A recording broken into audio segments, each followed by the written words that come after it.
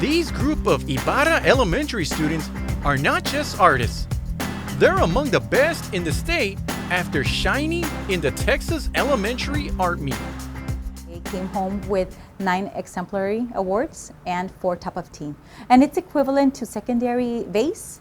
This is the highest awards and recognition, so they did super amazing. One of them is Mila Whitaker, a soft-spoken first grader who expresses herself with art. She used mixed media to create Katrina, a female skull in connection to Dia de los Muertos. First I drew it, then I painted it, and then I put flowers and glitter. Her work received numerous recognitions and was on display at various exhibits starting at the Wesnaco Museum.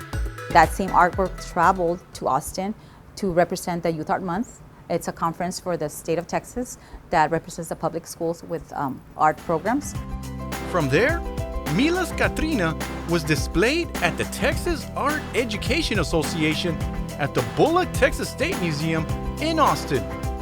And starting this summer, Katrina will be one of 16 exhibited for 1 year at the governor's office.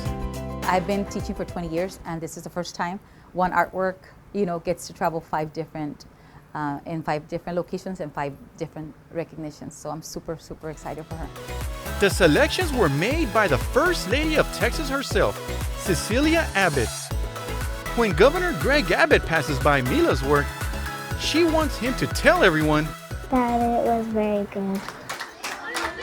a distinction of this magnitude deserves a school parade.